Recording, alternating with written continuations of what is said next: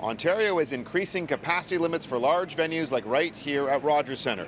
When the Blue Jays return for the next final homestand next week, thousands of additional tickets will be available. Now, the province's chief medical officer of health says it's been hard-earned, though other business sectors like restaurants and bars are wondering why they're not being included too.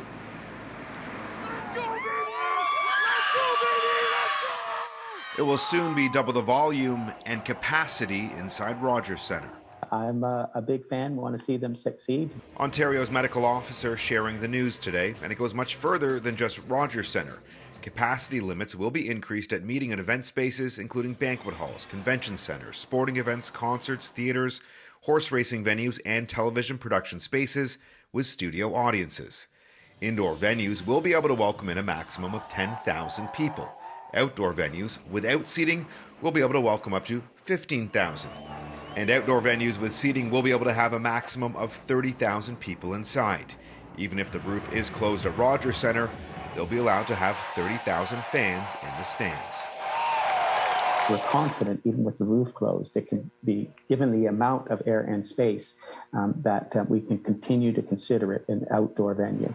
Not all public health experts agree it's the right call. Once you add that extra number, doubling the number of people, then it's really going to put a lot more pressure on these other pinch points in the overall system, getting people to and from their seats, and then people, say, going to food stalls and using washrooms. Currently, bars and restaurants have physical distancing guidelines that effectively limit their capacity. But public health professor Thomas Tenkate believes it would make more sense to loosen restrictions on those places first because of what he describes as crowding points in venues like Scotiabank Arena and Rogers Centre. The smaller venues, such as restaurants, they don't have those same sort of pinch points in their systems. We shared Professor Tenkate's perspective with Dr. Moore, who conceded he does have concerns. We're still working with the large venues, and absolutely we want to maintain as best distancing as we can, minimizing lineups, very much concerned about washrooms. 2 days ago, the province began its vaccine certificate program. Dr. Moore saying with COVID case numbers plateauing in recent weeks, and with the NHL and NBA seasons also approaching, the time was right for what the government is calling a cautious easing of capacity limits. He promises restaurants and bars that they could be next in the weeks to come. Today's announcement also receiving attention from Canada's medical officers of health.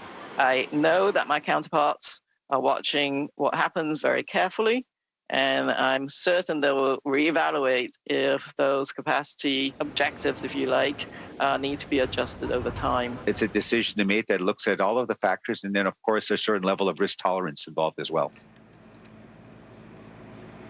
Bars, restaurants, and gyms have been telling CityNews they'd like to see their restrictions eased as well. Restaurants Canada telling us that if thousands of people can be in a crowded sports facility, we should be able to have restrictions relaxed in restaurants that have to verify vaccinations.